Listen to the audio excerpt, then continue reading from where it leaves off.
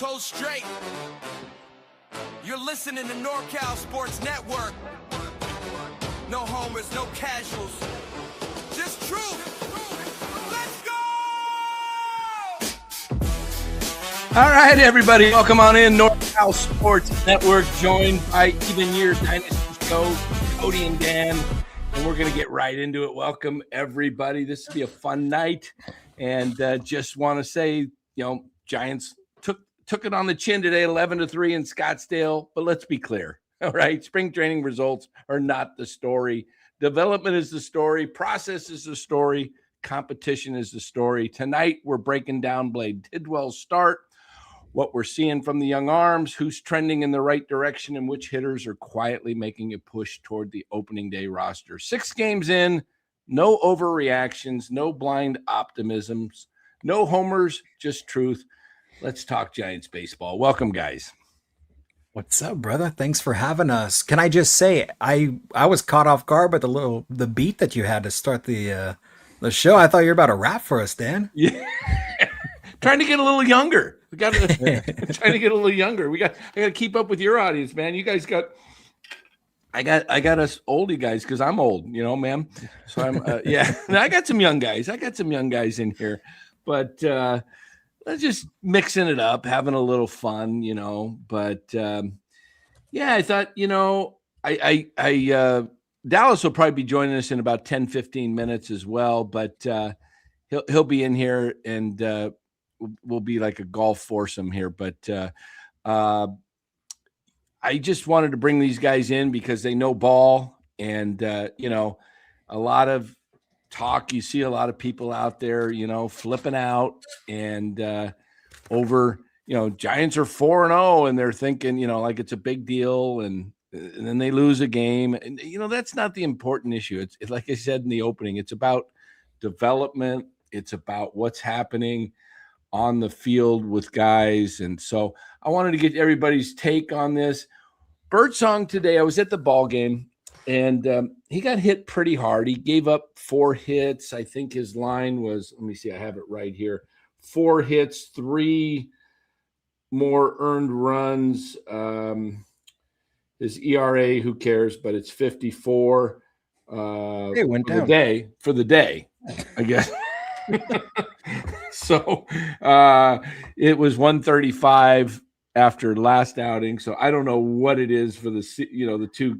He's pitched an inning and a third now. So giving up like 8 runs. Command's been an issue. He walked 1. He did strike out 1 today. But the balls were hit. A lot of them were hit hard. There was a couple that kind of fell in there. The home run, one of them to right field, I believe. It didn't look like it was gone off the bat. It looked like it was going to be a fly, but it just kept carrying.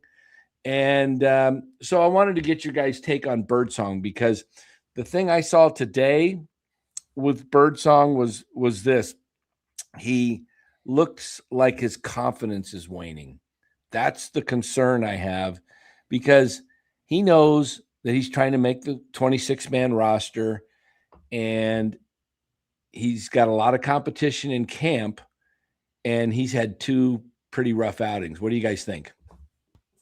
Well, before we dive into that, I think Cody's got quite the insight about he sent a lot of, metrics and numbers today. But the couple things here. So firstly, the talent's there with Birdsong. That's undeniable. We all know he's got the stuff. It's just a matter of putting it all together.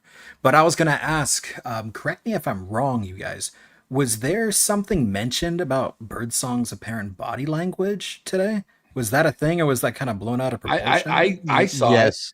Dan mentioned it to us in the green room. You obviously mentioned to us in the green room, but also Tony Vitello afterwards said he made a comment on it. I actually have it in front of me right now. Oh, really? I didn't hear that. The mic's yours, Cody.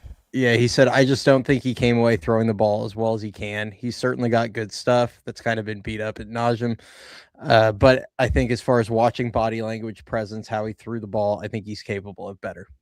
It's probably a lot more. He's probably watering that down, not wanting to say, because one of the comments, I was sitting with Los D, who's and then Larry Krueger was down there and he was sitting with us, and we all made the comment his body language just looked horrible.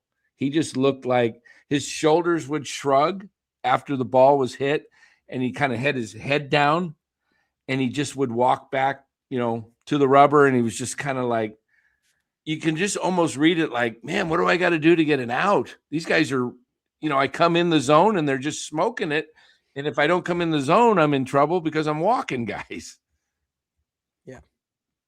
Yeah, it's a confidence thing, man. That's plain and simple. That's what it sounds like to me. It did look that was the biggest takeaway I saw, because you normally don't see a pitcher. He had the mannerisms like he wasn't sure if he belonged, which you can't have that. And I think he's got the stuff. We all see the stuff, right? And he came into camp feeling really good and confident, and he's had 2 rough outings, and he's a young guy. And that's the one thing that, separates a lot of these guys from making it and not making it. It's confidence, because let's just face it, when you get back to the back end of the roster, there's not a big difference between, player number 20 on the roster versus number, the guys that's the first cut, 27, 28, 29. They're all pretty close. Yeah. You're not wrong. And I'm gonna let you guys take it away for right now, because I'm actually pulling some stuff for Birdsong that I'll be. Okay. No, yeah. Cool. I was not prepared beforehand because I had to rush getting the baby down. So I'll let you guys take baby's down. All right. You're good, dude. No, I mean, simply put, Birdsong needed and still needs a good spring if he wants to have a chance at cracking the big league team, plain and simple. And his initial start a few days ago, it couldn't have gone any worse for him. And you needed him to have a strong bounce back game today. And unfortunately, you didn't get that either. So, at this point, yes, it's still early in spring, but he's kind of like a do or die moment where, he's got to show some sign of life, or he can, kiss his hopes of being in San Francisco goodbye and just plan for Sacramento this year. So, yeah, I mean, hopefully, Vitello's comments kind of ring true to him, and he can just get out of his head, because really that's the biggest takeaway that I have. I'm almost 100% certain that the majority of his issues, yes, partial, a part of it can be mechanical, but I really believe a big part of it is mental, and I think he's in his own head. Yeah, no doubt. There's no doubt. And Los says, per Baggerly, Vitello did not sugarcoat it at all, which I love, and said did not like Birdsong's body language. So, yeah, I mean, otherwise, Blake Tidwell, I thought his stuff looked pretty good. He did give up a couple of hits. I believe he might have given up. Did he give up a homer? No, I don't think so. But he gave up 2 runs on 2 hits. He did pitch 2 innings. Tidwell, let's see, how many pitches did he throw today? 36, 24 for strikes.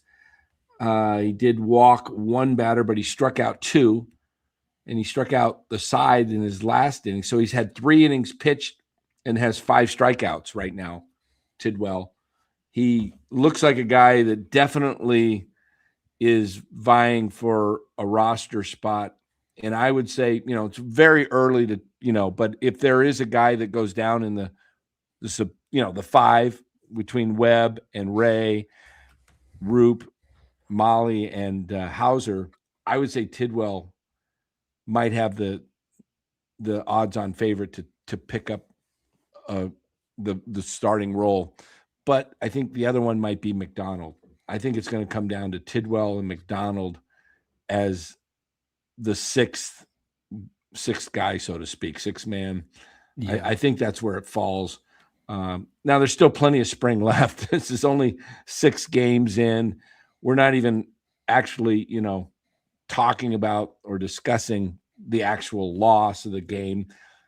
There was a couple of things that were a little bit concerning, and these are things that need to be worked out. There was a play where, I'm trying to remember, but there was a rundown.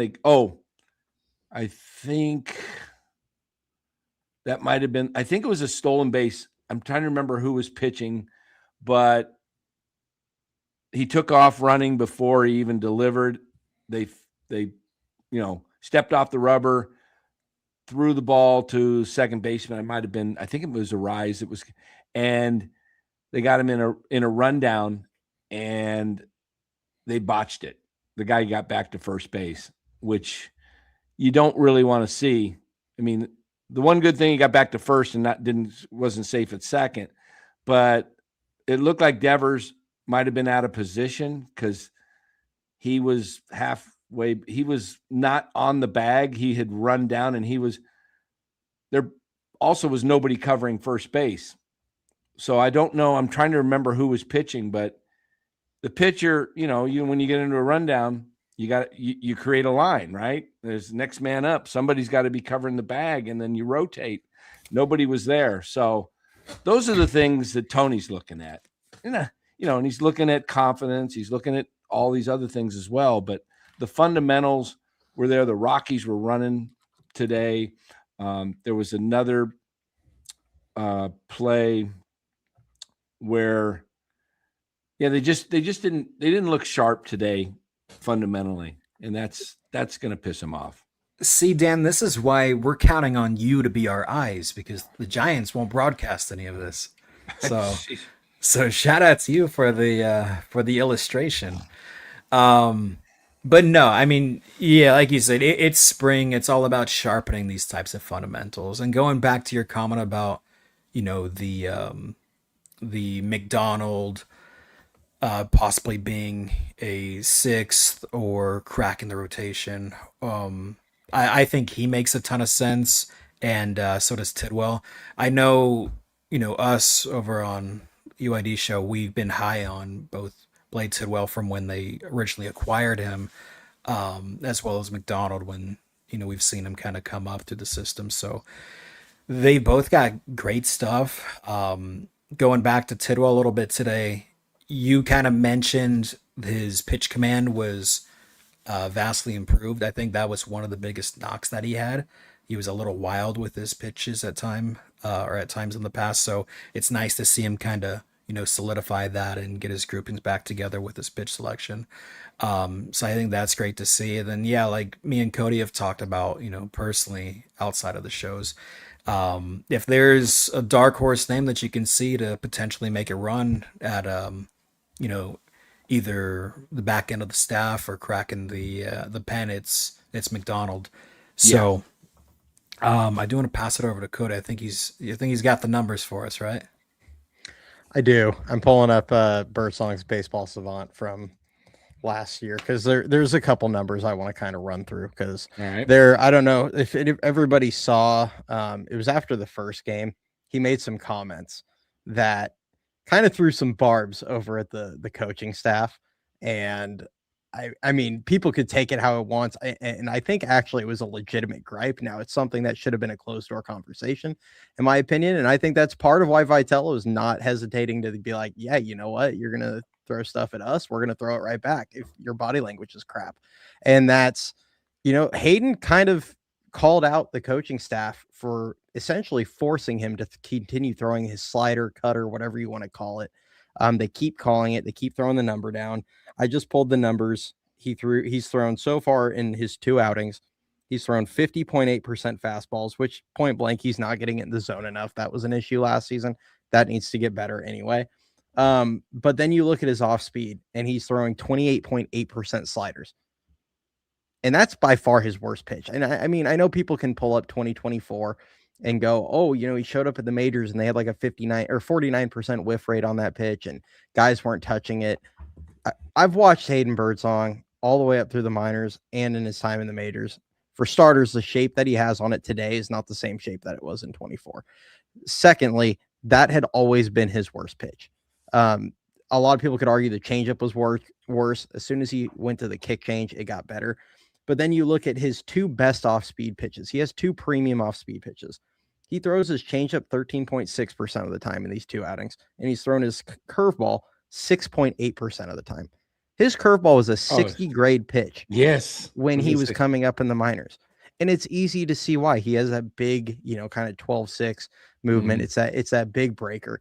And when you look at a guy that throws 98 above the hands and likes to throw high, what tunnels well off that? I don't know, a big giant curveball that drops back down into the zone. Same thing with the changeup. If you throw one down at the knees, what tunnels well off that? The changeup is going to tunnel off of that fastball. So he's got 2 pitches already that are good off speed that play well off his fastball. And they're trying to throw this bridge pitch almost, over a quarter of the time right now in spring. And he's already come out and said, I have no feel for this pitch. I have no faith in this pitch. I can't throw it over the plate right now. And they keep calling it. So he kind of threw the coaching staff under the bus a little bit. I'm trying to pull up the quote here because I had interesting. It up. But yeah, it's just I understand his gripe because I've kind of said as much for a while now that is a pitch that should be getting, put in the trash or at least only be getting thrown 5 or 10%. And they're calling, and that's kind of the whole problem with spring, because right now we're looking at this going, oh, he's been terrible. And I mean, yeah, the results are what the results are. And I'm not trying to make excuses for the guy, but you're also calling pitches that clearly aren't his strength all in the name of working on the pitch, because the coaching staff keeps telling him, oh, we need to work on this. We want this pitch to be something that we use. We want to see how it develops. So they're basically just doing a trial by fire in games against live hitters. So I don't think it's entirely fair at the same time to just look at the numbers and the results and go, oh my God, he's terrible.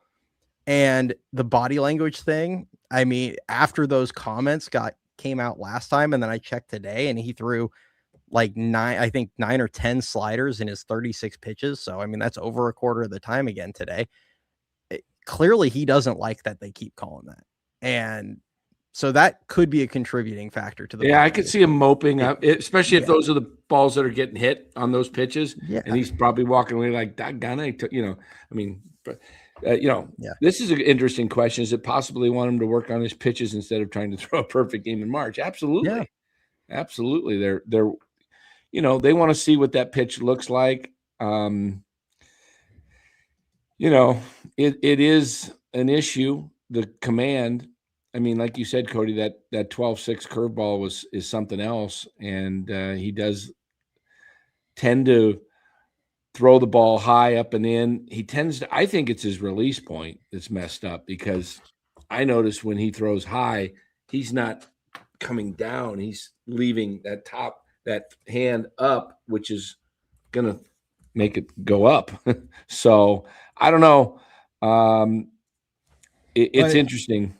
On the flip side, to Addy's point here, 2 things can be true. Yes, it's possible that they want him to work on his pitches and sharpen his mechanics and sharpen his delivery with them. Yes, that can be true. But on the other side of things, you clearly have a young pitcher that's struggling with his confidence. And then, like Jen said in the comments, it doesn't help if you're taking things public, on both ends, from 100%. Birdsong and for the staff and the media as a whole. So it's it's a double-edged sword here, because I can see both sides. Yes, you want him to work on his pitch selection, his arsenal, and sharpen his mechanics and delivery. And at the same time, you got a guy who's clearly lacking confidence, and it's only getting worse with performances like this. So it's kind of a lose-lose situation. You know what I mean? Yeah. Yeah. And I'm going to address some of the people saying that we're trying to kick the blame to the coaches, because I'm not. This is a case of kind of like what Dan said here. Birdsong needs to be better, and he needs to get in the zone, but the coaches also need to do a better job of putting him in the best position to succeed, build confidence, etc. And I think both things are not the case right now. Birdsong's not throwing the ball well enough, and they're not doing everything they should be doing to try and get him right. And I get it. They're trying to toy with some stuff. I have the quote here just so you know, if you want it. Yeah, let's hear it. This was after his last outing. He says, I didn't throw a single cutter slider thing for a strike. So that's something next bullpen I'll be working on. It's finicky, good some days, not so good some days. We'll find it. And they asked him, why is that pitch so important? He goes, I'm not really sure, honestly. He said he gave up on the pitch when he couldn't master it last season. I tried to bang it, and Christian Wonders and them came in and said, let's work on it. We think it'll help you out.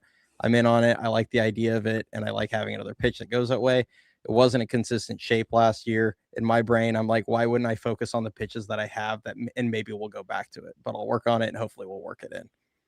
So that's not bad.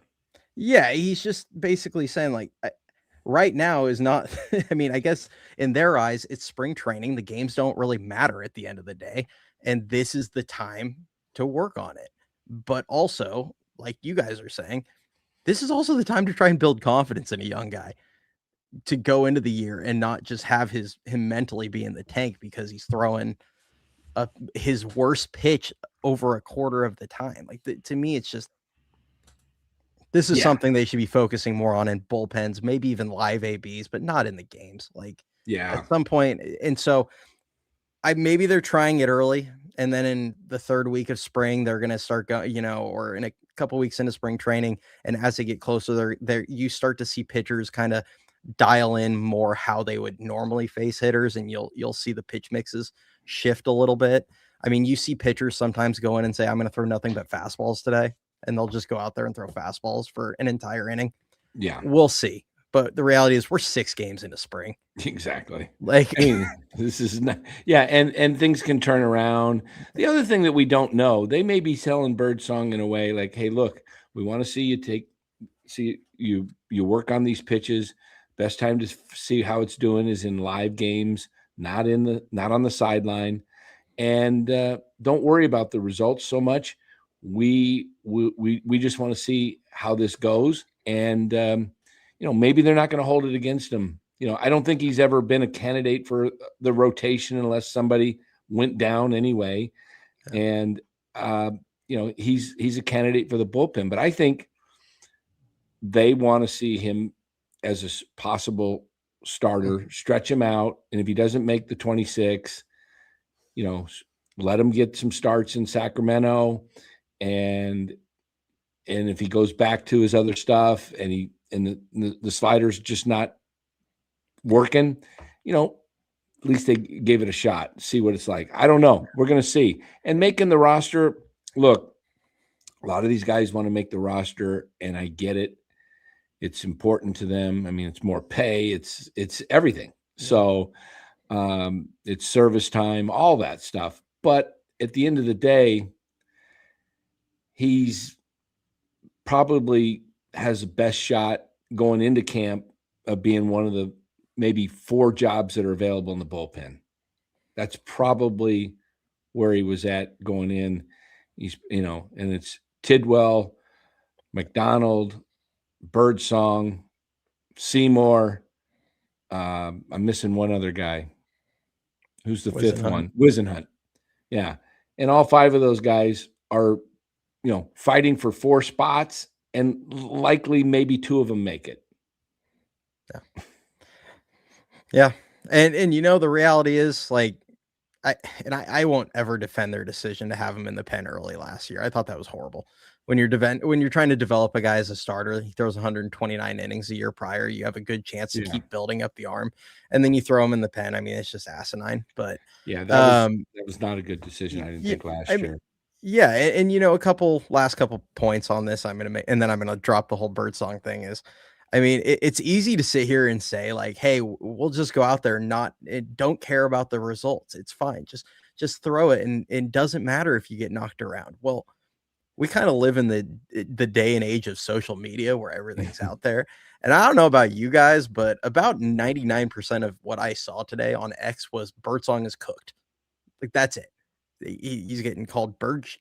You know what? It's all over the place. So, and I totally didn't stir the pot or anything. No, not at all. But you know what I mean? Like, it's hard to, and these are young guys that all of them have access to this stuff. And you can only imagine what that's going to do to a guy when they're telling him, hey, don't worry about the results. It's like, no, you can't let it bother you, but at the same time, they're all human.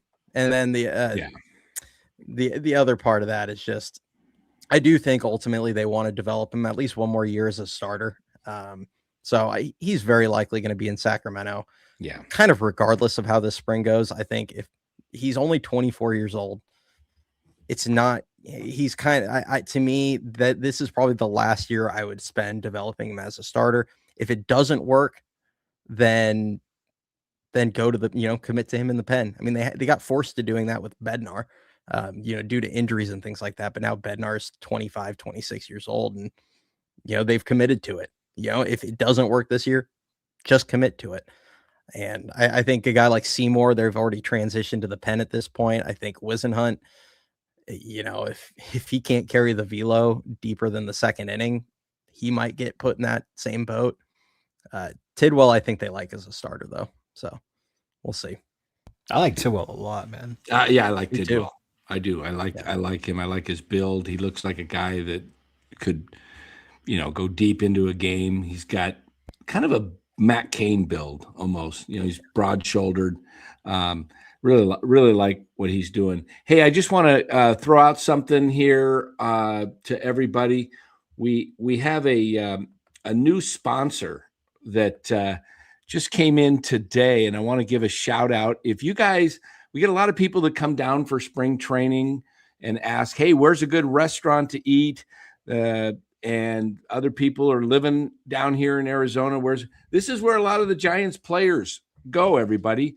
DeFalco's Italian Eatery in Scottsdale, right on Scottsdale Road. It's 5 minutes at the most from the ballpark.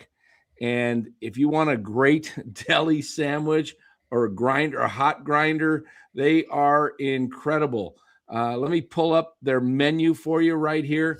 Take a look at this. They've got great pizza and calzones, desserts. You got the Italian cannolis. It's just, the hot sandwich. Today, what did I have today? I had I was with Los. What did I have there? There it is. Sausage and beef combo right there. It was a bunch of thin sliced roast beef on top of a great Italian sausage that was so tasty. Los got a cold sandwich. I should have got the cold sandwich today because we took half of it to the ballpark, and I had a hot sandwich sitting there. And while Los was eating his cold sandwich, I wasn't hungry. My half sandwich, it was getting kind of not too good. So I needed to be refrigerated. So, but anyway, we do have a little spot. You guys got to visit this place. If you're down in the ballpark or just living down in Arizona, go here. The players, the coaches show up. It's a great place. We got a little spot here for you. All right, here we are at DeFalco's Italian Eatery in Scottsdale, and we have, who's this guy? What's hey, up, look man? at this. It's Low Steve. How's it going? Man, you're the man that told us about DeFalco's. What do you got to say about this place? Just a phenomenal deli. I love delis. Grew up with them. It's East Coast flavor, East Coast vibe. Everything here I've had is good. So this is a spot to come if you're coming to Giants baseball or Scottsdale in general. Come to DeFalco's. You will not be let down. All right, man. Thanks. Yes, sir. All right, there you go. DeFalco's Italian Eatery. They got a grocery store there. You got to go visit the place. You'll love it. It's busy. You could hear it rocking there. That was at about 11:45. You go at 12:30. It's even busier. So DeFalco's. I've got the hat right here. I'm wearing DeFalco's Italian Eatery. I love it. I'm wearing it. So go there. Enjoy some of the best Italian food I've had. Los's sandwich today, man. I had a bite. He gave me a little piece. I wish I would have ordered it. That's my next go-to. It was awesome. Anyway, great Italian food. So want to give them a shout out. And with that, we welcome in Dallas to the show. We've been talking Hayden Birdsong, and you may have heard some of it on your way in. I don't know what you caught. I listened to all of it. I heard every word you guys said. So I'm all up to date on my birdie. Okay. What's up, brother? What's going on, Dallas? How's it going? So this was the story today. Was Birdsong, Tidwell at the plate, guys. We saw a lot of the regulars play most of the game today. Ramos had a couple of good hits. Hit an Oppo taco to right field. That's where the ball was really carried. Matt Chapman in the first inning, batting second, which is a spot Cody and I have talked about. Said, hey, we like that spot for Matt Chapman. Anywhere but third or fourth in the lineup, please. I don't care where you put him. Just not third, just not fourth. Prefer Can I just not say fifth. really quick? I loved the 1 through 5 today. Oh, did you? I love that order. Yeah. That was the order was Arraez, Chapman, Devers, Adames, Ramos, and Ramos. I like it too, and it was good. The Giants were hitting Chapman hit a smoked a ball. That thing had to go. It was 460. What was 460? 460. I was going to say I estimated 440 today at least, because it was to the left of the 430 sign and it was plenty gone. So it's kind of hard to read the that field. It's a big stadium. It's a big playing field. 360 down the right field line. Yeah. Or left field line. Wait a minute. 360 down the left field line. Maybe it's 330 down the right field line. Yeah. It's kind of a weird dimension there. 330 down the right field line. But Oracle's 309 straight down the right field line and 339 to left. Mm-hmm. So, But Arraez hit a ball pretty hard, but it got caught. There were some pretty good defensive plays out there. I say Ramos looked good at the plate. Trying to think of anybody else. They had 10 hits. They were kind of spread around. Let's see. I'm just looking at the box score. I heard a couple of the big-time prospects smoked a few in the late innings. I know. Yeah. Davidson got robbed. Bo got robbed. Yeah, diving catch. There was a lot of diving catches out there. And this is the whole process over production at times. It you can still make an out, but have an impressive swing. I looked at what the ball Bo hit, and I'm thinking he hit 103 opposite field on a line drive off of a curveball. Yes, he stayed back on it and just smoked one the other way. I'm like, that's an impressive swing, even though it turned into an out. It's a big one, you hang with him, but that's an impressive swing. And Parks Harbor hit 112 today. Yeah, right. Wow. Yeah. No, some of the young guys looked pretty good. Another guy, by the way, if everybody listening to the chat, I'll have Andrew Susak on NorCal next week, either Tuesday or Thursday night. Nice. I spoke with him Saturday. Just happened to be sitting right behind him. His brother Daniel's trying to make the club, and he's hitting well so far out of the gate. He's been hitting the ball pretty hard. But I'll tell you, the guy that also looks good, I think Susak has the upper hand being the Rule 5, but Jesus Rodriguez can play second base too. I was going to say, they've been playing him a lot at second. Yes, and he looks pretty good there too. I've seen him charge the ball and gather and throw, and he looks like, he's played a lot of infield in his minor league career. So a third baseman when he first got signed. Yeah. Nothing but 300 in every level he's played at. Yeah. Backing up a little bit to a comment that you just said, one of the things offensively that really stands out through the first week or so in spring is the exit velocity. It seems like the team is making a lot of hard contact. Yeah. I don't know if that's been an emphasis from this new coaching staff, but it's definitely been something that I've noticed. Have you heard the comments from Mentz? He actually made some comments about his approach, and they asked him because of his time in Toronto. He's like, did you guys have you guys didn't strike out a lot. Did you guys have a good make 2-strike adjustments, anything like that? And Hunter Mentz said, we didn't make any adjustments with 2 strikes, which I know no one wants to hear. But he said their plan was get something to hit early and hit it, and don't get to 2 strikes. So I think you're going to see a way more aggressive team earlier in counts. That's what I love, because the approach under the old regime, when Gabe first got here, the coaching staff, it was wait for a pitch you can hit, and even if you take a called strike 3 and it's not your pitch, take it. It's like there was nothing. It was just like wait for your specific pitch and drive that pitch. I like the idea of jumping on people early, and it messes with the pitcher too, because he may not give you a pitch that you like early. Now he's 1-0 in the count, and then you're expecting something else to come in because you're ready to hit, and now it's 2-0. Now he's really got to give you your pitch. Yeah. So, well, if a pitcher I'm is not in favor of. I'm not in ahead. favor of taking a called 3rd strike. I mean, at a certain point, I think it is in the best interest to go into protect mode and try and, foul some pitches off and try and get your pitch. So I hope that's not the case. And, who knows if he's how much he's revealing as far as what his philosophy is at this point. Well, and I don't think he's advocating for striking out looking at all a lot, either. I think he was just more saying, we didn't strike out a lot because we were more aggressive earlier in counts. And that's kind of what I took away from it. He was just saying, like, we don't want to be in 2 strike counts, which, I mean, it's like Dan said, if you start jumping on guys, their pitchers are going to know, okay, well, I can't steal a strike and just dump one in the heart of the zone. So they're going to have to pitch to the corners earlier in counts.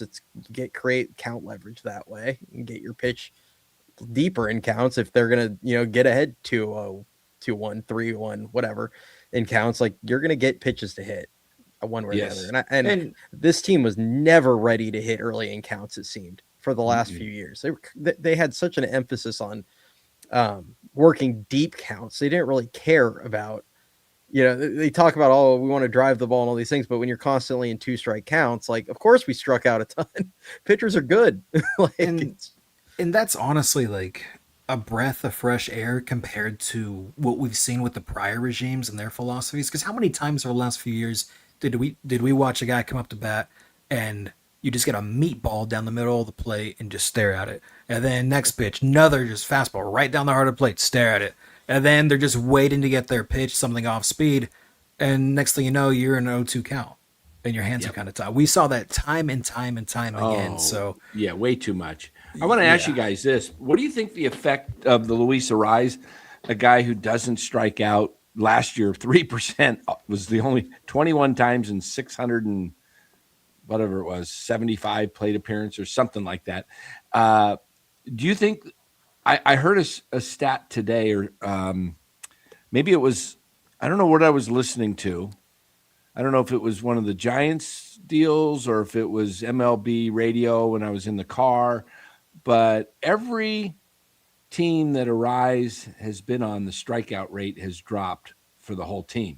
Like all the players' strikeout rates start to decline.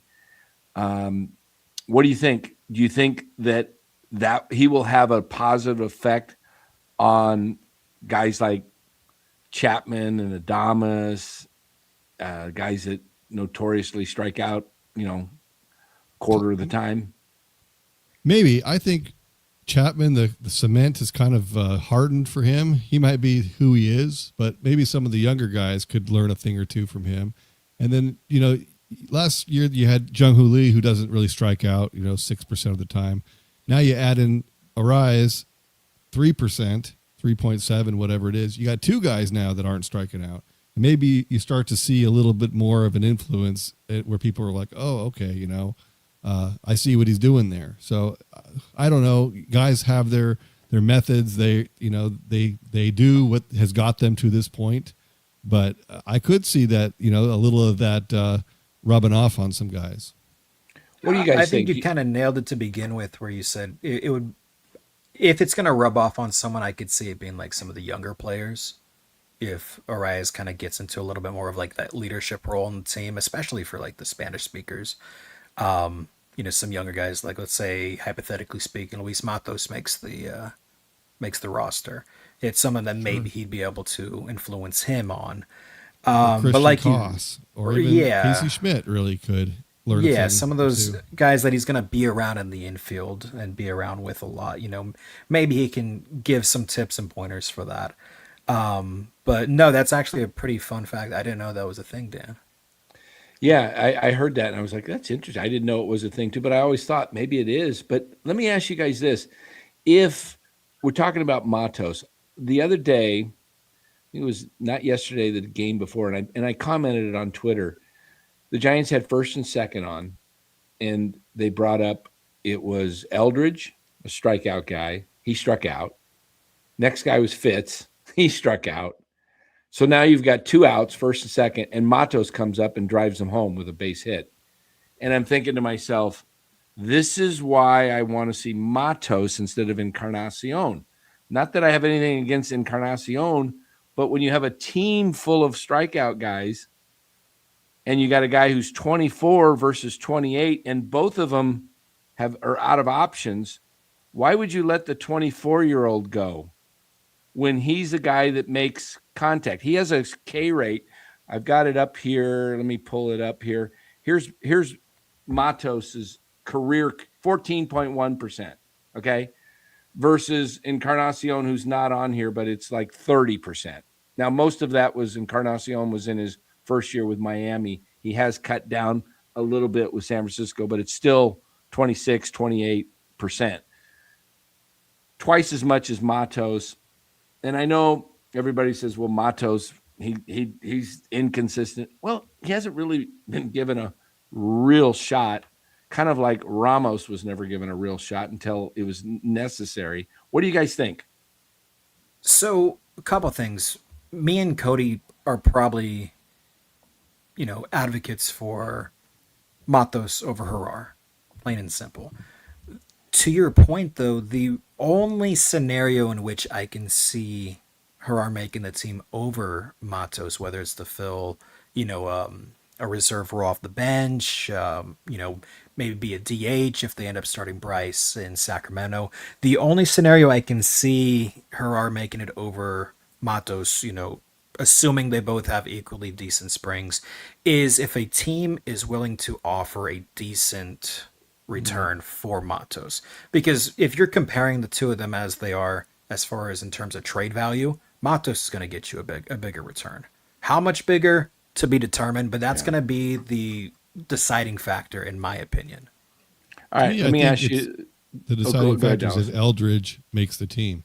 If Eldridge doesn't make the team, then I think Harar makes the team. And then and you get Matos also. I would say if Eldridge doesn't make the team, they might both make the team, honestly. Yeah, right. That's an option as well. That's what I was going to ask you. I was going to ask, and Dallas may have just hit it right there, was if Eldridge for some reason does not make the team, which I don't know where I'd put that right now. I think it's 50-50 still. I think there's a lot of people within the Giants organization that want to see him get more reps at AAA because he hasn't really had a whole lot of reps. He's played 3 years out of high school, and he was hurt a lot last year. He missed some time, I think, the year before with some injuries. So there's that possibility. If Eldridge does not break camp with the Giants and is not on the roster opening day, who is the DH? And is it one person, or is it going to be a platoon type DH? I would bet it's going to be a platoon type thing, personally. I don't think there's one player on this roster that you would look at and say, oh, that guy needs to be the DH. I think it's going to turn into guys get days off. You're going to get like Casey in the lineup a good amount. You'll get Gilbert in the lineup a good amount. They'd get Harar in a good amount. You might give Ramos a day off. If Ramos's defense doesn't improve, maybe he kind of plays a decent amount in the DH role and Gilbert plays left for him. I think it's going to be kind of a interesting platoon-ish situation. Yeah. It'd be a rotating position, in my opinion, kind of similar to that. It would be, I think they would utilize Casey to that super utility role that they've, hinted at all offseason where, maybe they'll give him playing time at first, slide Rafi into a DH role, give him a break from the field. Maybe, you slide Harar into the DH role if you want to get that lefty-righty matchup and exploit that. Maybe you want to try to get some speed out there and get Cost to start some. I mean, it would be a revolving door. Get Arraez out of the field. Yes. Yeah. He made an error today. I don't know if they gave him an error. Let me look. I think they did. Okay. Yeah. He looked to me like he was trying to get 2 when he had no shot at a double play, because I think he looked up to see where the batter was and because it was behind the bag, it was deep. He was almost I think he was on the shortstop side of second, and it's just like just get the lead runner. FP tried to say that he got, we'll say, distracted by Adames, who kind of, I guess, had first crack at it. I'm like, he's going through a lot of effort to try and not make it sound like Arraez just kicked one. Yeah, he kicked it. He kicked it. Now, I do want to. Where was my? Oh, this is what I want to say. I did hear Greg Amsinger interview Tony Vitello. Don't know if you guys heard that, but he was talking about Devers, and he said, "What's your thought of Devers over at first base? Do you see him playing 130 games there?" And Tony said, "Yes, he does. He's got very quick feet." He said he looks like, he came up at one time, played shortstop, then moved to third. The arm plays, the feet play. I think Devers is looking good from what I have seen in drills and what I saw I've been to, how many games have I been to? 2 or 3? I guess I've been to 2. 2. He looks like he's moving pretty good there. So 130 games, that would defeat the thought that Eldridge is going to split time with him at first base. True. Which is kind of interesting. I think he's looked good too from what I've seen of him. So I think that's good. I mean, Vitello's not going to say, I don't know, he's kind of iffy there. We're going to have to, reduce his playing time. So he's going to say that anyway. But Eldridge has looked good too at first. He's made a few good plays. Backhanded. I mean, he's looked okay. I think they're just going to play whoever's the better defender as much as they can. Yeah. But, having both of them gives them options. If Rafi gets dinged up a little bit, and it's one of those situations that if there wasn't an option to DH, he might not play, but because he can still, they could give him days off that way. If Eldridge pushes the envelope with his defense, there might come a point where they look at Rafi and go, cool, man, you're going to go DH. And I don't think that's going to be this year. I think Rafi's going to be a better defender this year. I think he'll probably be a better defender next year. But there's going to come a point where either Bryce is going to push it defensively, which I do think he has the ability to keep improving, especially if he can play under Wash for a couple of years. Or it might just eventually hit the point where they start looking at Rafi when he's in his 30s and go, all right, we're going to start cutting you back because we want you to stay healthy. We need your bat. And I think at some point Eldridge takes it, but it's going to be over the course of several years. It's not going to be this year. It's going to be mostly Devers, and then maybe it weans over the next few years. Yeah. I mean, they probably give Eldridge that 1 day a week over there and then keep Devers fresh, playing DH. Yeah.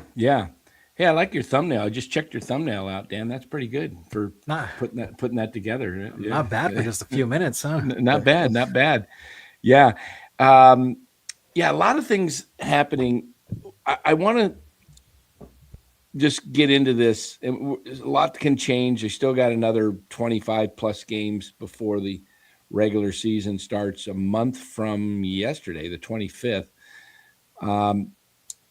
Projecting the roster, I think it's going to be hard to project the bullpen. That's probably the hardest part of projecting. But let's just look at the infield and the outfield, and we know who the 5 starters are, barring any mishaps, injuries. who's the backup catcher, who's the infielder, the backup infielders, and who's the backup outfielders? What do you guys think?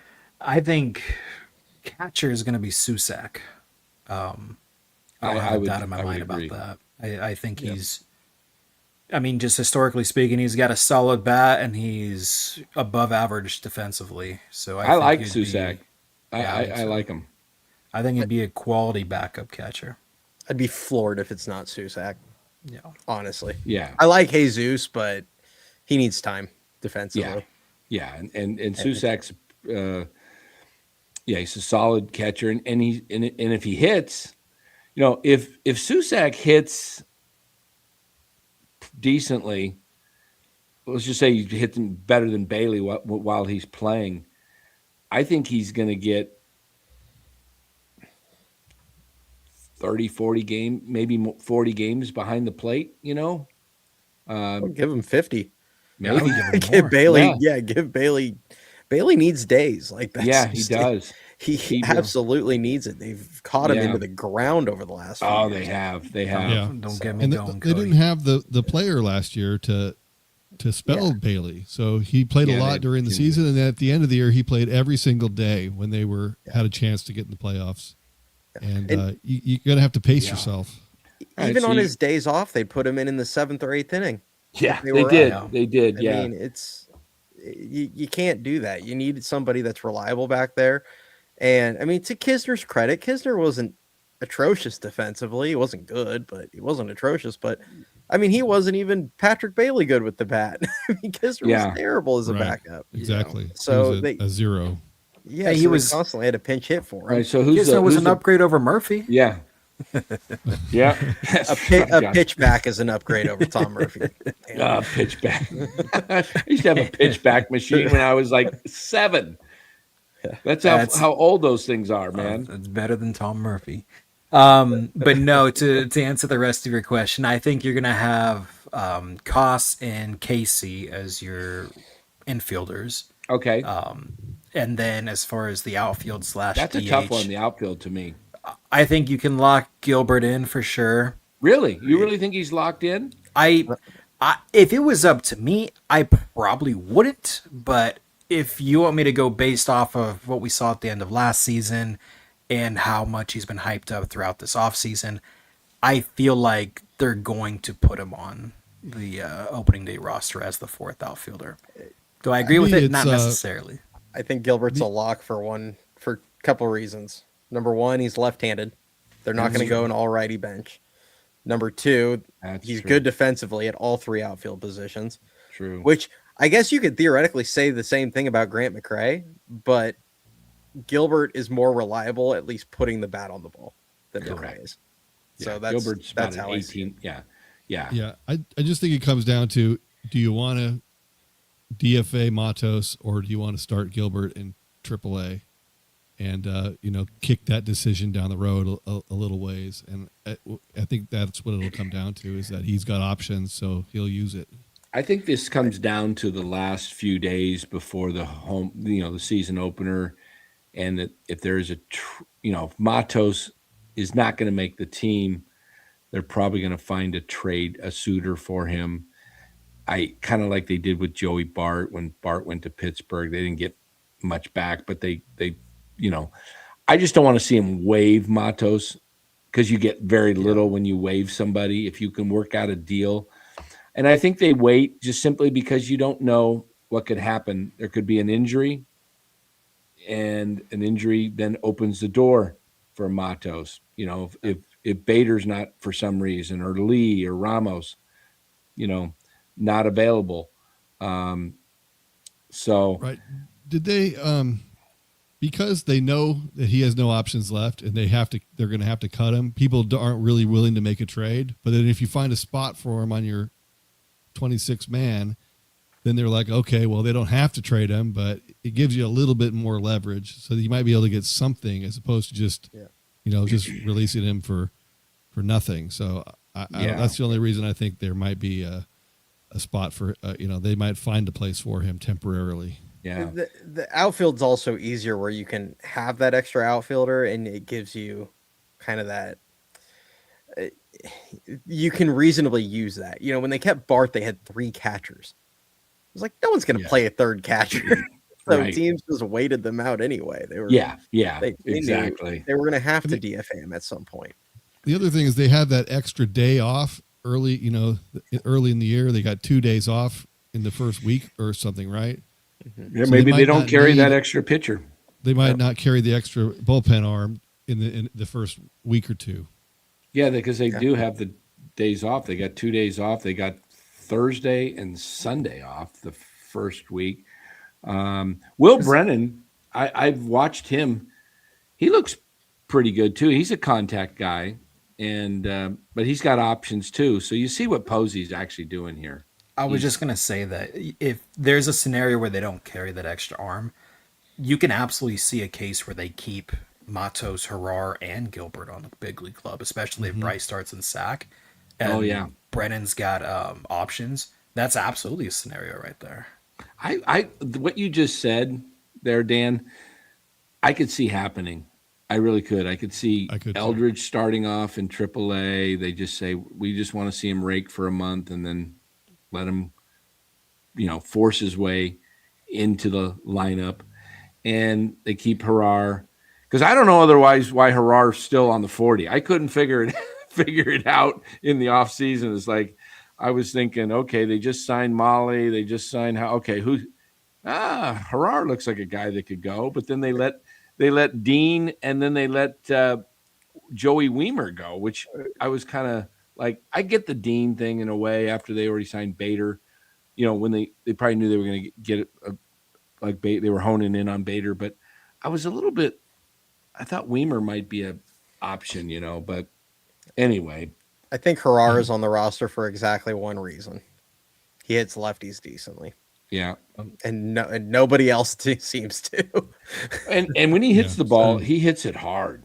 I mean, he hits the ball hard. I mean, the ball sounds different coming off his bat than a lot of the other players. I will give him that credit.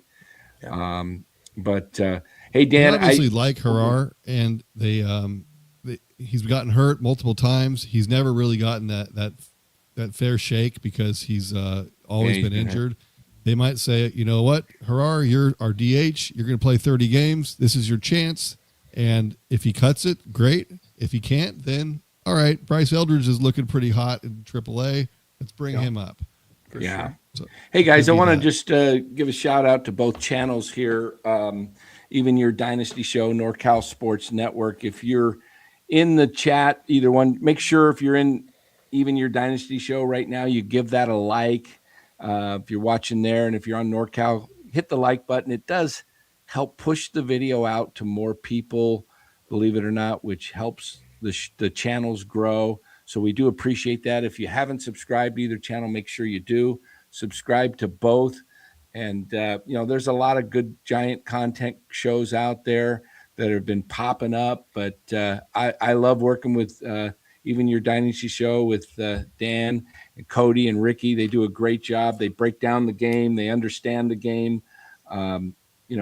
So make sure you subscribe to that channel. Alan Stiles at Locked On Giants. I was speaking with him earlier today. He does a great job over there at Locked On. And you see him, guys like Glenn Kuiper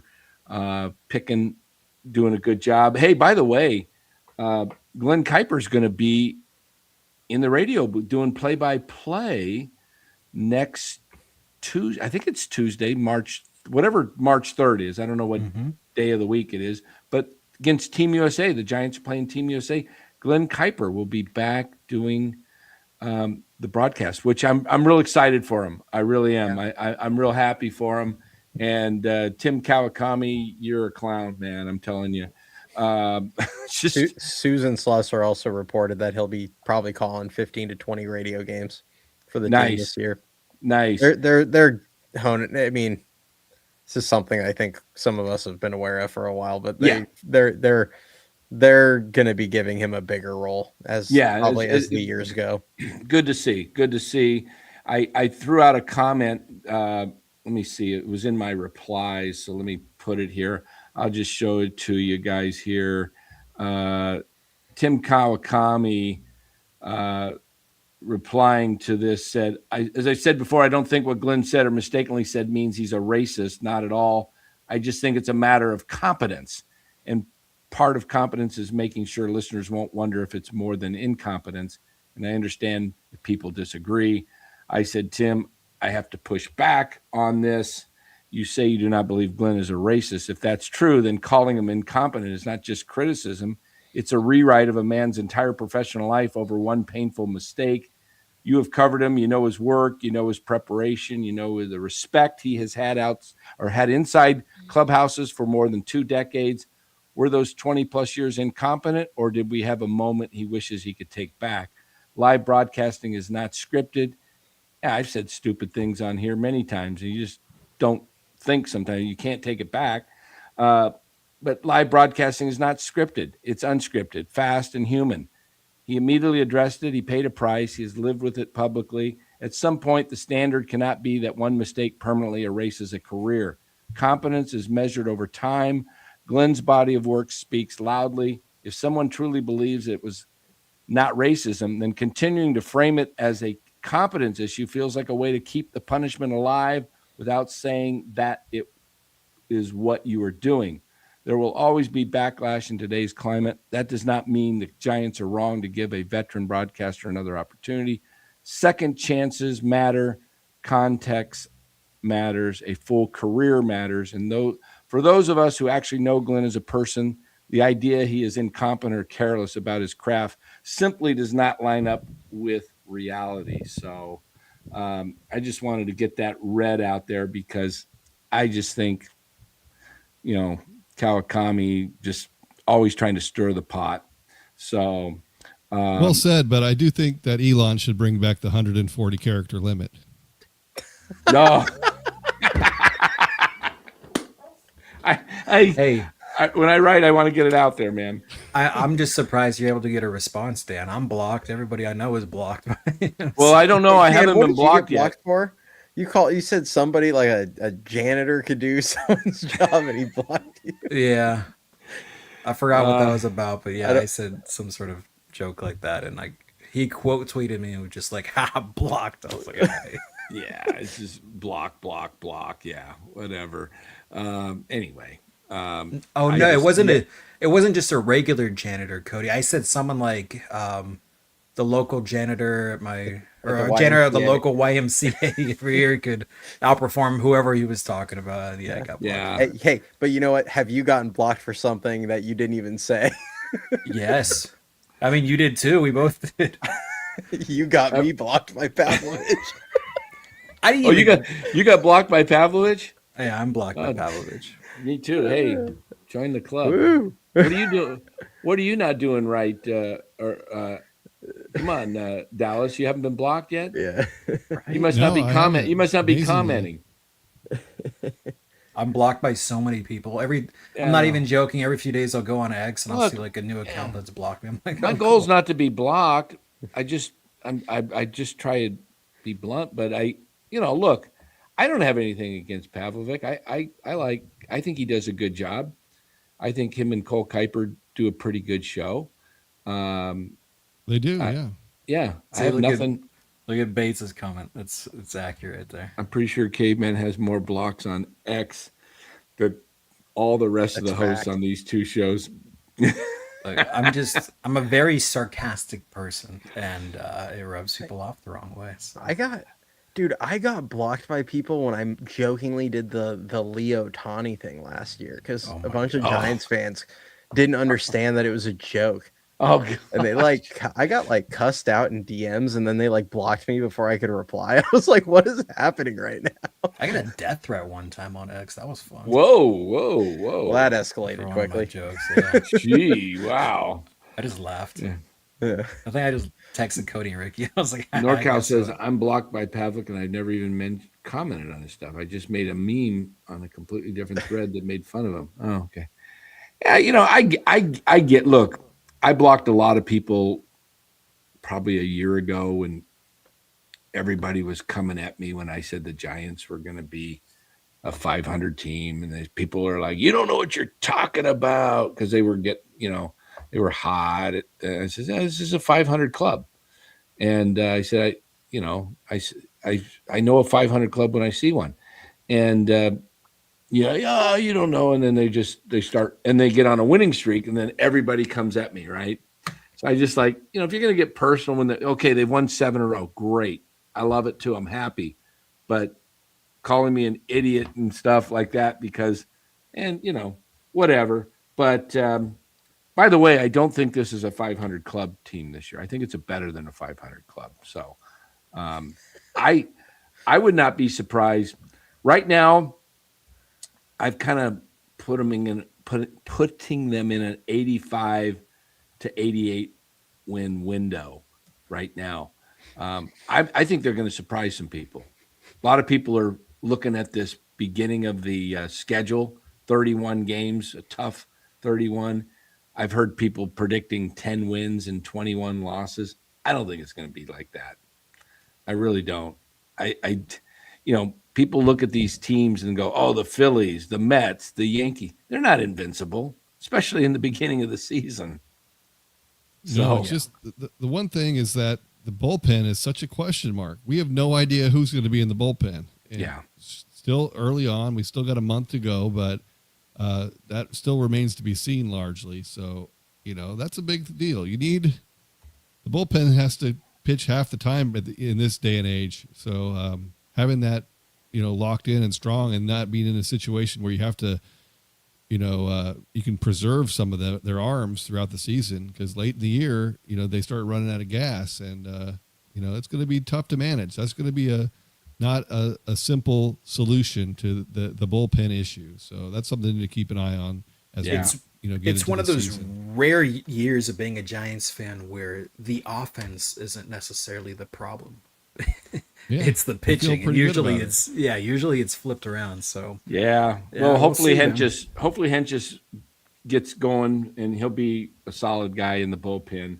But we're going to wrap things up here because it's 9:15, and we were going to go only till 9, but we got a little bit of a late start, so we're going to wrap up. And if you guys got to head out, Dan, I know you got to get up and go to work early in the morning. If you need to, I'm just going to thank a couple more sponsors and then call it a day.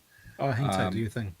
So I do want to give a shout out to our sponsor, Prize Picks. Prize Picks, let me pull them up here. But there we go. Prize Picks is a daily fantasy app where you build lineups by choosing whether players will have more or less. And I need to put up the promo code because that is one of the things they want up there. There we go. Prize Picks, NCSN. Use that promo code NCSN, and you can get $50 in lineups when you play your first $5 lineup, win or lose. You don't have to put 50 in to get 50 or 100 to get a $100 match. All you got to do is play your first $5 lineup. I think you need to start off with a $10 account, play 5, and they give you 50. I mean, you can't beat that. It's available. Prize Picks available in all 50 states now. So either download the Prize Picks app today or go to the description, click on the link in the description of this video. You build your lineup, follow along while watching the games. Prize Picks, it's good to be right. And, you do things like I'm taking Christus Porzingis to be more or less. I think they should put one of Christus Porzingis. Is he sick or is he going to be healthy? Is he going to be hurt or is he going to play? That guy never plays. They traded for him, and he plays one game, and now he's been out for the last 2 or 3. I don't know. I'm not really paying much attention to Warriors these days anyway. So, but anyway, that's Prize Picks. So make sure you do that. The other sponsor we want to thank is our longtime sponsor, which is Chapman Law Group. So Chapman Law Group, located in Marin, licensed in all of California. Give Chapman Law Group a call today for all your legal needs. You can reach them at 415-613-9483. You got a personal injury situation, make sure you give David Chapman and his group a call. Don't settle with an insurance company without reaching out to Chapman Law Group. All right, guys, final closing thoughts. It's still very early. I don't know where you guys are at in terms of your take on this team's win total this year. If you have an idea right now, or are you waiting closer to the regular season before you make that call? I'm pretty optimistic. I got my over under 86.5. Okay. So that's about where I'm at. And again, like you said, if they're able to tighten up the pen, they're able to get, quality starts out of Hauser and Molly and Roop, I think they can definitely crack a wild card spot. But right now pitching's the question, so we just gotta kind of see how it plays out. But yeah, right now I'm 86.5. Awesome. What about you, Cody? I've had him at about 80. I mean, I know about a month or so ago, I think I told you I was like, 84-ish, and that to me that was a lot of feeling like they were going to do the little things a little bit better, be a better coach team. Now I feel like about 85. I know they added Bader and Arraez after that, but I feel pretty solid just kind of with what they have. I think they're probably about 85-ish. If things go well, though, I mean, I could see them easily if they get off to another hot start. I don't think Posey's going to be shy about adding. So that's kind of the wild card of this whole thing. Like, I think Posey's going to be kind of like Sabian, where he's very aggressive adding if he feels his team has a shot. So if they get, I look at the roster and the coaching, I think it's about an 85 win team, but they get 10, 12 games over 500 again. Who knows? I think the coaching is going to be better, although there was a case today with Borg at third base. I was like, there was a base hit to right field. There was nobody out. Okay, nobody out. Think about this. They're down 3 runs early, and base hit to right, and he sends the guy, and the guy from right field just had a cannon and nailed him. And I'm like, you don't make the first out at home. I mean, it is spring for the coaches too. Yeah, right. I mean, how many outs did the who was it that they played the other day? Was it the what game? I can't remember who they were playing a few days ago. And the Cubs. How many outs did the Cubs make at home plate in that game? And then they had that triple play in the first inning. That was crazy. That was wild.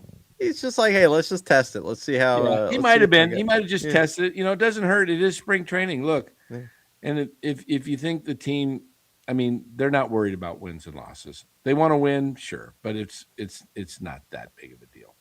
Hopefully, he's making a mental note on that right fielder, what kind of arm he's got, and it's going to come to play at some point during the regular season. We're going to see him hold a guy. We're going to be like, why did he hold him? Well, it is a division game. Yeah, maybe you test that arm and you see it. Maybe that was the whole idea. Let's just test it. And when are you guys going on next? You going on tomorrow night or? Yeah, we'll be on tomorrow night. I think so, yeah. Okay. So guys, make sure you go over to Even Your Dynasty Show. Subscribe, man. I'm telling you guys, if you're watching on NorCal Sports Network and you want some real baseball talk, I mean, with some intelligence, okay, you got to get over there and subscribe, and then watch their show Friday nights. What do you guys come on at 8 or 8:30? Around that time, yeah. Depending on Cody's little one. Yeah. Depending on when I get the toddler to bed. Yeah, it's that rules at that age, man. I'm telling you, that is great. So there we go. And hey, both of us got original content. Okay, original content here at NorCal Sports Network and Even Your Dynasty Show. So you want to watch shows that have original content. Okay, so and substance, no gimmicks, substance. So, well, guys, we'll see you guys here at NorCal Sports Network. Probably a video coming out in the next day or two. And then next Tuesday night will probably be our next live. We'll have Andrew Susak, former world champion of the 2014 San Francisco Giants. He'll join us either Tuesday or Thursday next week live. We'll get an update from him, what he's doing these days. He's only 35 years old, and he looks like he could play ball still. He looks in great shape, but he's out watching his brother. He said to me, yeah, I'd love to come on the show and talk about bro. So I thought that was pretty cool. Proud older brother. He's probably 10 years older than Daniel. And, he's out there pulling for him. So we'll get a little bit of insight. We'll talk a little bit about that 2014 team and what it was like to be a backup catcher for Buster Posey and get a championship ring. So I think it'd be pretty cool. So appreciate it. And let me play the music here and get us out of here. Appreciate you having us on, Dan. Thank you.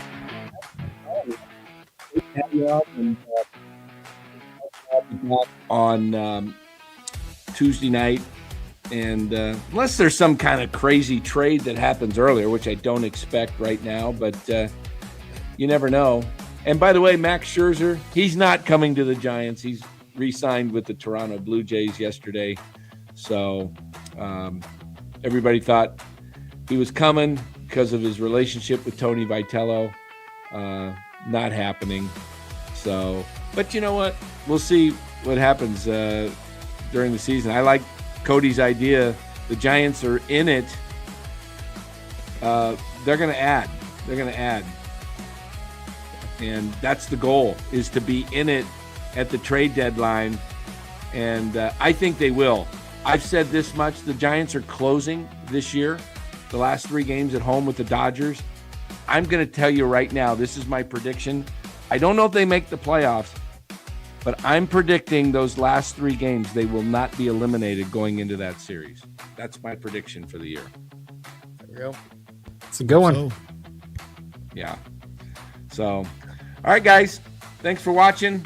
We'll see you in Dan and Cody's case tomorrow night, Even Year Dynasty Show. Check them out. They'll be coming on 8:30. So turn on the notifications bell.